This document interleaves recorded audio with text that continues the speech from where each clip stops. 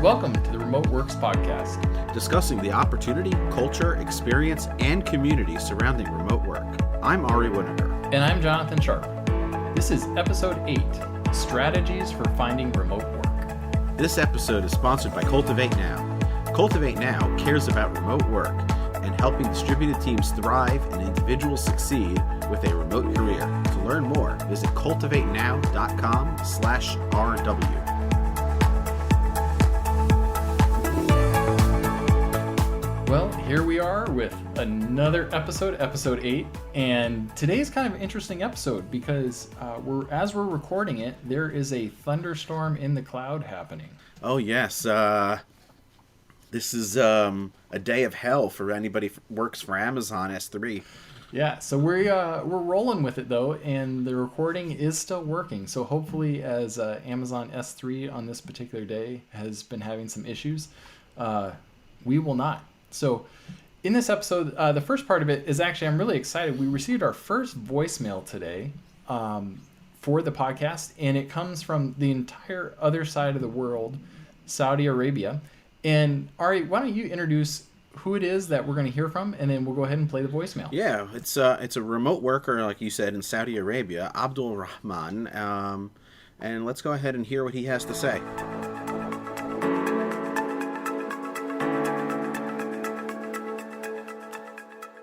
Hi, this is Abdul Rahman from Saudi Arabia. I love your show. I've been myself working remotely for around 4 years, and it really changed my life. It's I don't know really how I'm going to go back to an office, so it is something mandatory for me now to any opportunity that I came across. So thank you for your show. I love it, and looking forward to the future episodes.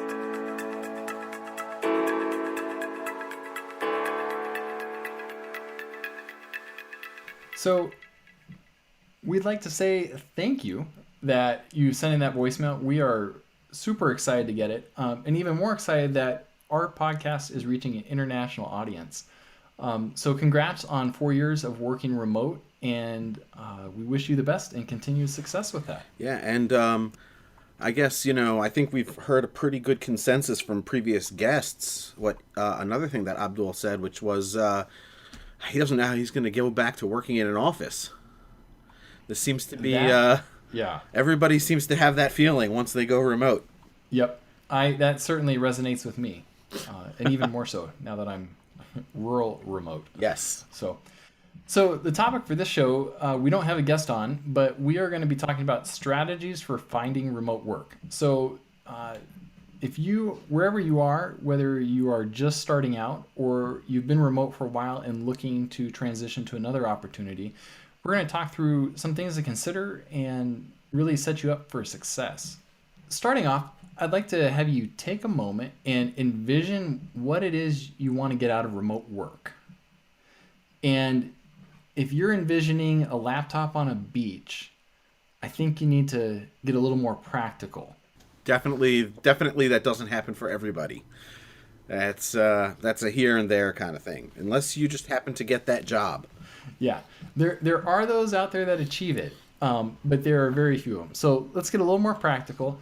What is it that you want to get out of remote work? Is this a career decision for you? Are you wanting to shift your entire career really towards a remote trajectory?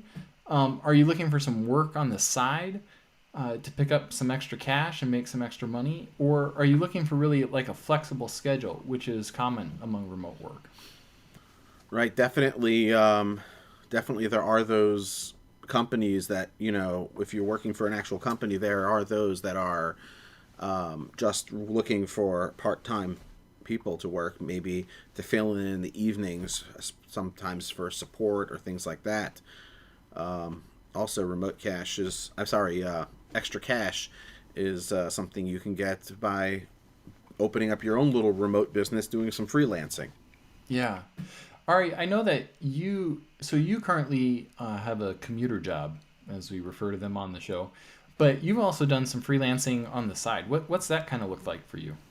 Well, I've done some traveling for that, but I've also pretty much had the flexibility of, flexibility is the key word I think here, the flexibility to sit down and work at my dining room table, on my couch, wherever it is, at a desk, and hack away a little. I've done a little bit of that web development and some other related things, and just the ability to do that from any location. I can do it in the evenings after my daughter's gone to sleep, after my wife's gone to sleep usually as well. And it just, and then I put together some project. I get it out there and hopefully get paid. Yep, that is always the other important part of it. Yes. So, And that's so I was just say that's the big risk with the freelance side of it. Sometimes is that you know when if you want looking for the extra cash, freelancing doesn't always provide an easy, steady stream of income. yeah, that is for sure. I've definitely been there chasing people down. So, with this, one thing to consider is that really what stage are you in your career? Is this, are you looking to transition remote to a setting and a situation where you have already acquired the skills and experience needed for a job? Are you looking to transition careers completely into a new career? Are you an entry level person just right out of college and looking for your first job? Or are you more of a senior executive and you're looking to transition out of that corporate into more of a remote type engagement? So these are all things that can affect really your strategy for finding remote work. My personal recommendation for this would be to have some type of experience in the area that you're looking to get into. And there are some opportunities to get into a position without the experience, and I'll talk about that later. But at this point, the goal is, in my particular case, I'm a web developer and a JavaScript developer. And so it's easiest for me to get into remote jobs that are for JavaScript developers, where I already bring the experience. If I were to transition into a social media type position, I don't have enough relevant experience. That would be a lot of on-the-job training. And so that would be a more difficult remote position, and especially a difficult first remote position. So that's one thing to consider. Really start crafting what it is, the type of engagement that you're thinking about. And also that you have some type of remote experience. So start small and maybe pick up a side project or two to start getting comfortable with the process of remote communication and kind of the whole management side of it, managing yourself and your time, and to be able to put some remote experience on your resume, which we'll talk about in a little bit. Sure. That remote experience is definitely a big helper because, you know, remote work is very tempting to a lot of people. It's something which a lot of people look at it and say, "Oh, I'd love that, the flexibility like we talked about. Oh, I don't have to go on that commute. I don't have to do that." But there's a certain accountability that has to go with this. Actually, we were talking about that earlier today. Before the show, we were chatting a couple hours before, about focusing, getting your head down, and just focusing on that task for a while. And with when you're at least in an office, sure, maybe you're sitting at a desk in your own space, and if you're focused or not, that's nobody's really going to see it. But when you're at home or at a co-working space or wherever it is that you're working from remotely, there's nobody there to walk by who you might think, oh, I better make sure I'm working so they don't think anything bad about me. So not everybody has that self-discipline. So you also have to make sure that's something that you're up to. And that's why sometimes little remote projects of your own is a great way to get into it and kind of see if this is something that you can really do long term. Yeah, I totally agree, Ari. And I wrote a blog post a couple years back talking basically about the concept of leadership of self, that when you're working remote, you really do have to have that self-discipline, and it's an opportunity for you to personally develop. So that resonates well with me. So talking about some of the mechanics now about it. So online job boards, they are everywhere. It seems like a new one pops up almost daily, if not hourly, and it can be a little bit overwhelming getting wading through all of that to find opportunities that you feel are a fit and a match. And there's basically a lot of noise that's available. So my first recommendation for looking for an opportunity is leverage your referral network. Leverage your existing professional network. I personally, every single job or contract that I've landed has been through my referral network. I have cold applied to a number of positions, and honestly, I haven't, I'm trying to think here. There isn't one that I have actually landed a job. I've gotten close to the final couple interviews, but it always ends up that the top person picked is one that comes from a personal network. So there's great value in that. Sure, and that goes to the classic with all job hunting, whether it's a commuter job or a remote job. It's not what you know; it's who you know. And that plays even more so. It's an interesting mix of that when it comes to remote work, because who you know definitely plays huge into it. Because remember, once you're applying for a job where you can work remote, instead of just applying as one of the people in the area that happens to know that field, now you're competing against, at least across the entire country that you're in, possibly internationally, everybody that can do your job. So you always have to keep that in mind. So it is who you know, because you should get to know people in that field relating to what you're pursuing, whether it's other web developers, or other support people, other whatever field it is that you're going into. But also, it is about what you know. I think more so with remote work, because when you get to know these people should look at you and say, "Oh, I see he's got that track record, or she's got that track record of doing this, this, and this in the past. So I know this person's a good support person, a good web developer, a good JavaScript developer, or whatever, a good C developer." So my next tip is, when you're applying for an application, when you actually are filling out one of those online job application forms, really take a lot of care and time to answer all of the questions well. There's going to be a high number of applicants that fill this out, and your application can rise to the top if it is evident that you took the time to actually care about your response. This is the part that is very much like running a marathon. It takes a lot of time, and application after application that you fill out, everyone's going to be a little bit different. You'll be able to reuse some parts of it. But overall, that is kind of the first step to rising above the huge applicant pool that exists. Right. So to speak, you have to personalize that application Yep. for each company, for who you're sending it to. I'll tell you from experience, one job that I applied to, it now at this point I can't remember which order it was, but it said in the directions, put in your name and then your the job description, the job title that you are applying for. And I sent in my application. I took a lot of time with the letter, very careful, everything. I sent it in, and it took a long time to hear back. And I was saying, this is too long. I spoke to some people, again, utilizing my network of people who knew the company. What's going on? What's the deal? He says, well, you hear back soon, hear back soon. I said, this is taking too long.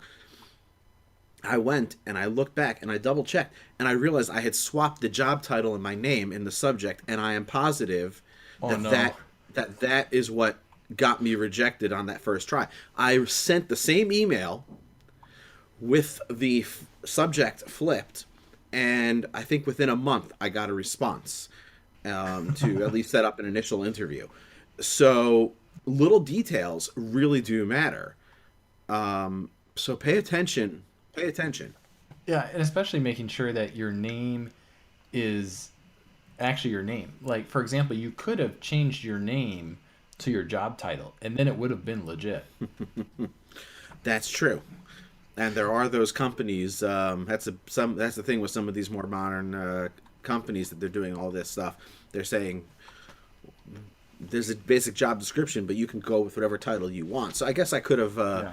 tried to say that my name was my was also my job description, but Yeah. yeah. That's horrible advice that I gave. So everyone else, please disregard that. And yeah, I personally do have some affinity for Kim.com, who legally changed his name. That was that's impressive. So Yes. the next point that I have to make is that your digital footprint is really important when you're working remote. You've heard of companies that will Google you. Well, they will absolutely Google you again when you're working remote. And so it's really important to make sure that you have relevant information up there. I I recommend to everyone that they have their own webpage. Even if it's just one page long, you need to have your own webpage. And even if you don't have your own domain name, it's fast and easy to throw up an about.me page. So that's one example. You can basically put links to your social profiles up there. You can put a blurb and a photo about yourself, but something to start giving depth to and show that you're a real life person. That is key. So, Ari, what are some other ones that you can think of? Well, I did mention earlier in a previous episode an organization called, or sorry, a company called BookLikeABoss, which, it's taking About.me kind of a step further where you can actually, if you want to kind of get into the freelancing and do some other stuff, you can actually schedule people. I'm not going to go into it in too much detail here because people can click the links and look at it, and we've mentioned it previously. But suffice it to say, you can go in, set up a page where it talks about what you do, what your services are that you're doing, and even, you can set up, hey, for this much money, you can get an hour of my time to do something. I can do this kind of a project within, for this amount of money, and little things like that. And just having that nice little page set up and just saying, I can do X, Y, and Z, that's another way to set yourself up. So, this next section is related to your resume and really skills of interest for remote work. So, to apply to a remote work, you've heard before to craft your resume for the particular position that you're applying for. And that still applies to being a remote position. And you need to craft it so that it looks like you will do well working remote. So for remote work, the type of things that are important are that you're an independent person, that you're a problem solver, that you are somewhat tech savvy, and that you're able to get connected to the internet, basically. That you won't have to call someone else when your router breaks. Also, that you're adaptive and able to adjust with changing schedules and just the chaos that sometimes comes with working remote. And then also that you're proactive about communication, that you take the initiative to say, this is where I'm at and this is what I'm working on. And just want to let you know I'm still here and I'm still working. That's a key trait there that's important. Yes, I was just going to say communication, I think, is one of the absolute most important things in remote work. Again, because you're never seeing the other people you're working with in most cases. So actually going and contacting the other people, whether it's a text option like HipChat or Slack, or any type of other reports or other things that you do, any way you can prove or show that or any way that you can list that you're good at communicating, that you're good at, especially in written form, it really does help to show that. That's exactly true. And then last part kind of adds on to that, and that is the personable trait, and shows that you're able to connect with people and that you don't hide behind an avatar. This is one thing that's hard to do when you work remote.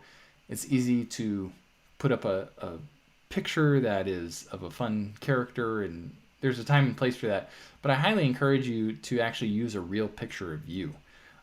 That's important in showing that you are relating and working with other people, not just the latest favorite Star Wars character. Sure, sure. You know, the thing about being personable is also, and all of that, and connecting. A lot of these companies also have a certain culture surrounding them, which is partially because they're remote, but also just a certain culture. You find this with commuter jobs too often. There's a certain culture, but I seem to see this more so with these remote jobs. And, you know, you want to kind of show that you can fit with that culture. So it's not only going back to what we talked about examining the situations that you're going into, you know, knowing the culture. It's knowing the culture before you apply, making sure it's a good match for you, but then showing that also on your resume that it is a match. That's exactly right. And culture is really a key part, because we've talked before about the different types of remote teams. There's ones where organizations are fully remote. There are ones where there's a hybrid approach to it. I've worked in both situations, and I can tell you that a hybrid approach to remote work is definitely a challenge. Those are the projects where communication easily happens that you have no way of being aware of, because it just happens in a particular office, or a situation like that. So also the tools that that an organization uses says a lot about its culture, whether it's a very enterprise driven type of environment, or if it's a lot more fluid and innovative. So that is one thing to ask as you start interviewing with a company and exploring them, that what tools are they using? How do they use them? And that type of thing. Sure.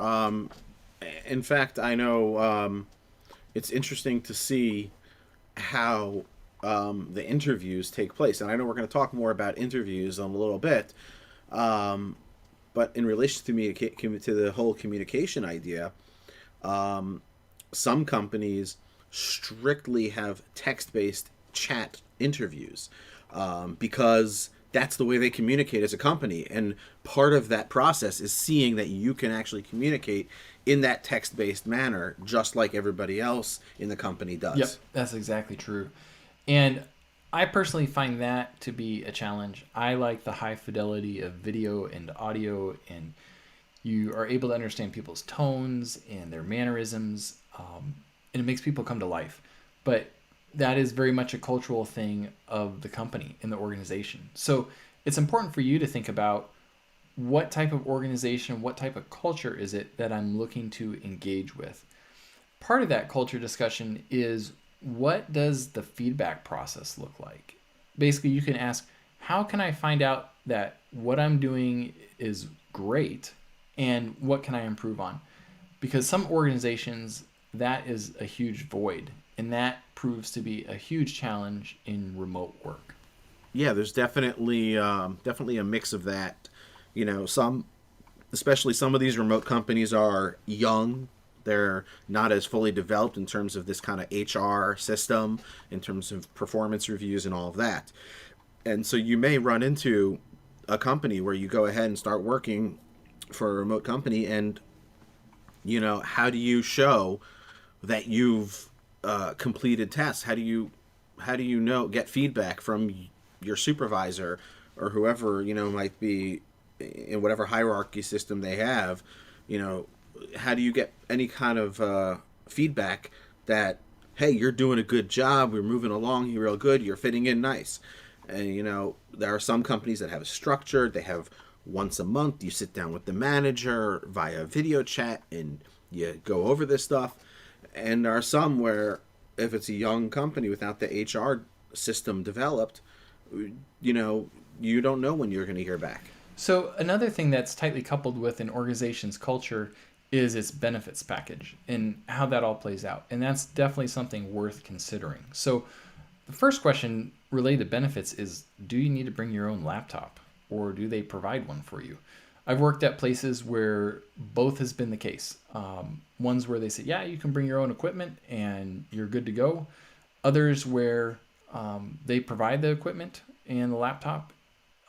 It just depends on the culture and the environment. But that's something to consider because if you don't have the latest and greatest laptop and you're starting a new job and they expect you to have something that will be able to accomplish what it is that you're doing, that is an added cost that you need to be aware of up front. So the other thing that has been a growing trend, I think it's safe to say, has been the concept of unlimited vacation. Right, and I'll actually take that a step further. I've seen some places now actually having mandated vacations because of the Yeah. remote work idea that you can you see people who go in to do a remote work job, and they find not that they're working their 8 hours a day, their 9 to 5, so to speak, but they find themselves working 12, 15 hours a day because there's no structure around them of getting out of the house, getting in their car, going to an office, leaving the office, coming home, and all that. Depending, obviously, on what else is going on around you in terms of family life and so on, there's people who will do that. And so, and then it just goes on day by day. You lose track sometimes of the weekends, things like this. And therefore, the idea of actually a mandated vacation has come up in some companies where they'll actually say you must take a week or 2 weeks of vacation time. It doesn't, we're going to make you do it once a year. It doesn't matter what you're working on. We're going to find a way to get you away from us for a couple weeks where you can actually break away from working on this job as many hours. Who knows how many hours you're putting in. Yeah. And the next part of this is pay and compensation. So you think, okay, I live in Chicago and I'm working remote and I should be able to get a Chicago based salary or an equivalent of. Well, in some cases, that may be true. In others, not so much. So where I fall on this spectrum, there's really two approaches. There's variable pay based upon a region or has some influence in the region, or there's really pay that's just based on the market rate, and that's kind of the larger market. I personally prefer to fall on the larger market, and this is based on value based pricing versus kind of commodity based pricing. So value based pricing would come and say basically you are providing value in service, that's why you're working or accomplishing this particular task for a company. And therefore, if you are sitting in Chicago versus sitting in the middle of Iowa, there really should be no different because you're providing the same value. That is very much tied to a culture of the organization. I've seen some organizations that say pretty much we have a standard pay scale and it doesn't matter where you live. I've seen others that have a standard pay scale with a modifier that will take into account geography. So, for example, if you live in an extremely expensive place such as San Francisco or that type of thing, they may give you a 5 or 8% above the rest of the position or above the standard rate, if you would, to account for that. And then there are some companies that take it, I would say, to the extreme and pretty much factor in your location. And so they say, well, you live in rural northern Wisconsin, Jonathan, and so your market rate is going to be what the market rate is where you live. And I can tell you that there is a huge gap in the market rate for where I live, because there are not many web developers up here, nor a great need of them, compared to a larger metropolitan area. So that's something to consider, and again, plays into the culture and something to inspect and check out before you apply for a particular role or gig. Right. So there's definitely if you're kind of looking into that, there's definitely been a move towards transparency with a lot of these organizations. Buffer is a prime example of that. If you go to Buffer's Yeah. website, they have a table which says, if you have this position and this number of years, you're getting this salary. And that's it. So Yep. you know everybody in the company that meets those requirements is getting that salary. And then they do have those modifiers, like you mentioned, Jonathan, where if you live in a place that does cost more money, major metropolis like LA, I guess, San Francisco, New York City, places like this, they'll modify your salary accordingly. There's also companies that I've inquired into in terms of remote work where each person speaks with the CEO as part of the final interview, and the CEO not only makes the determination in how they're going to be placed within the company and whether they're going to be hired, but also makes that final determination based on that discussion of what their salary is going to be. You know, based on your salary history, based on what the job that you're doing is, and so on.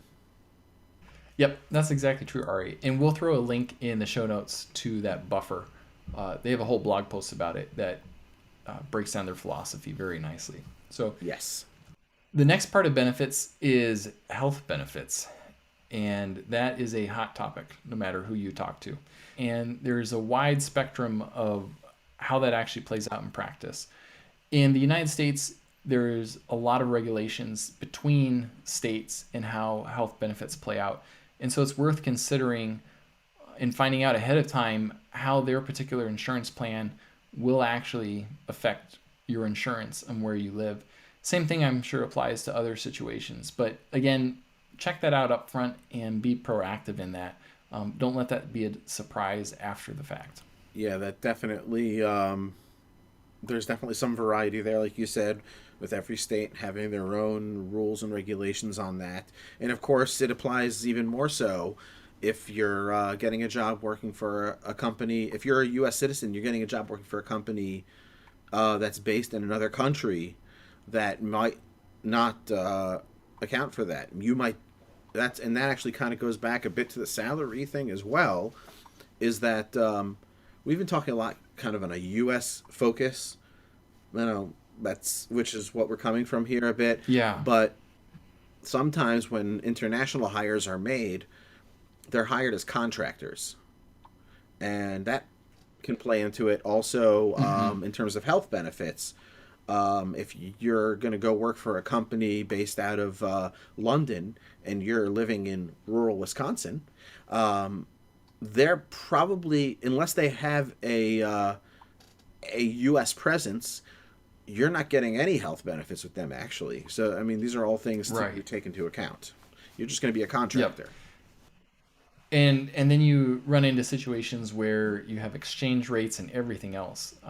In a previous organization that I worked with, we had a contractor who lived overseas, but they were able to establish a U.S. bank account. They were a U.S. citizen and they established an account before they moved overseas. But we would pay them, and then they would determine when the best time was to exchange the money out based on exchange rates. And so that was a benefit to them, and they managed it and it worked out well. But definitely something worth considering there.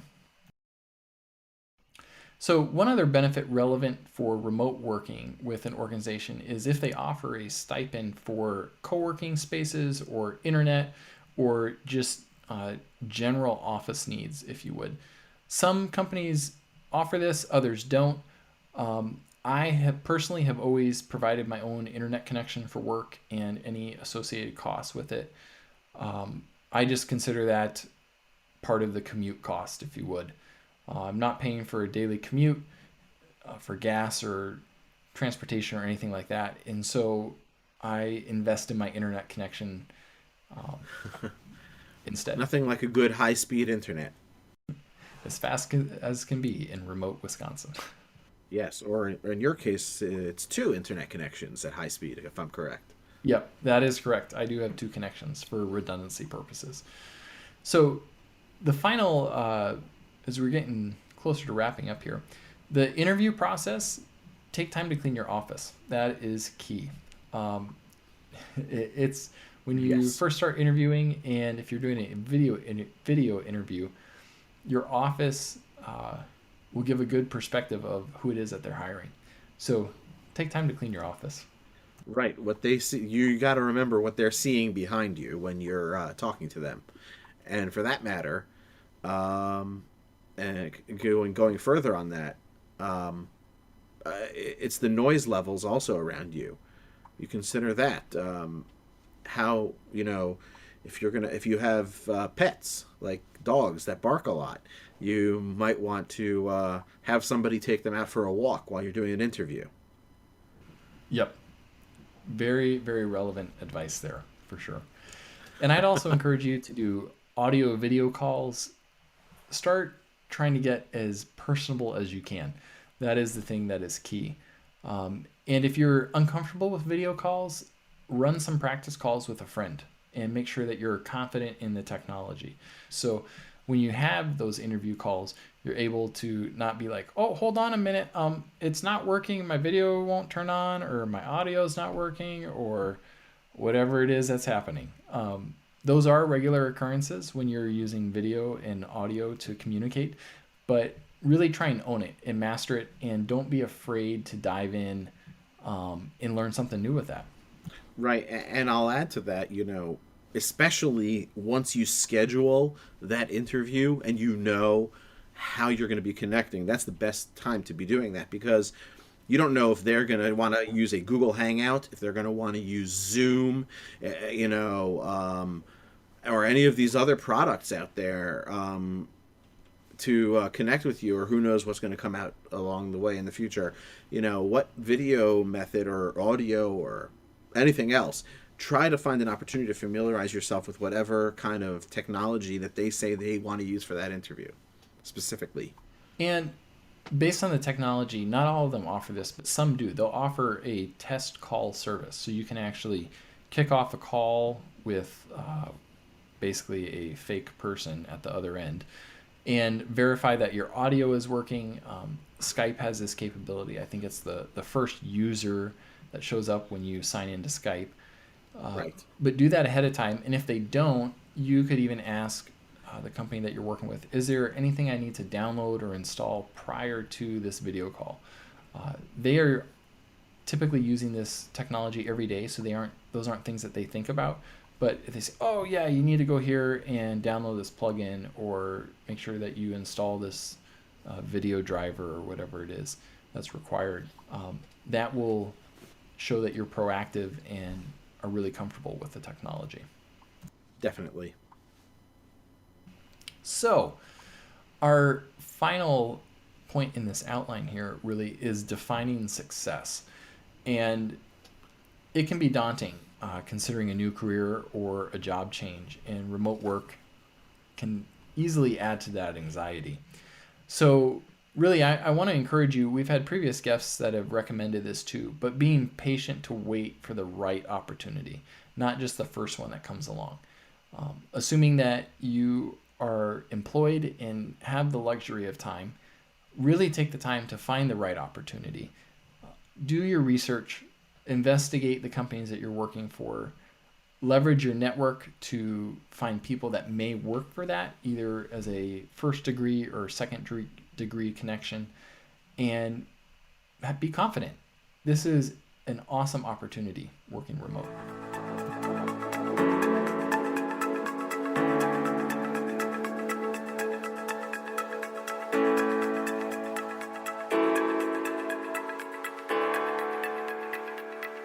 So in this next section of the show, What's the Buzz?, we talk about news or recommend the latest things that we found that are relevant to remote work.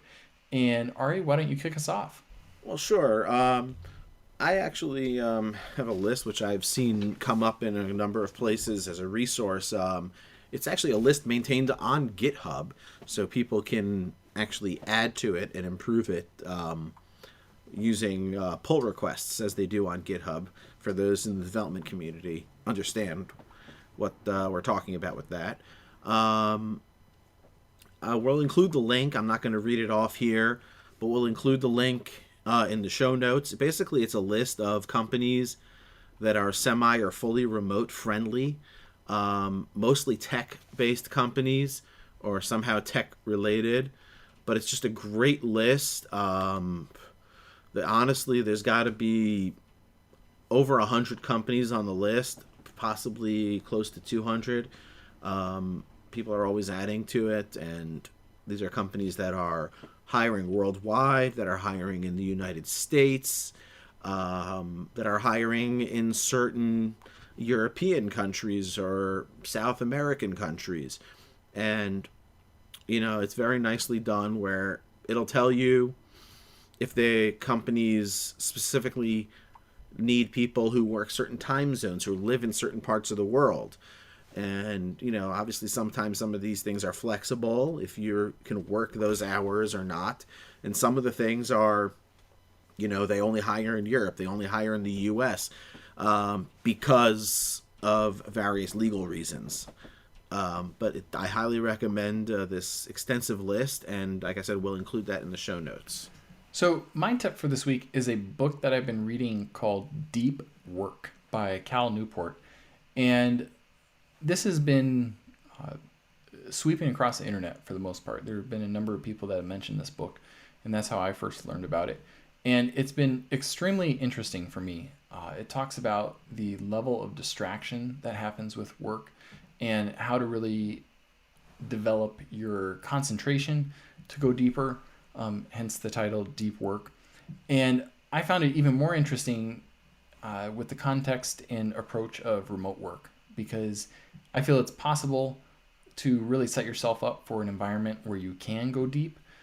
You can tune a lot of things out, but at the same time, there's a great risk for a lot of distractions that can happen while working remote. But it's a great book, fairly easy to read, and I would highly recommend it. So we'll link to that in the show notes too.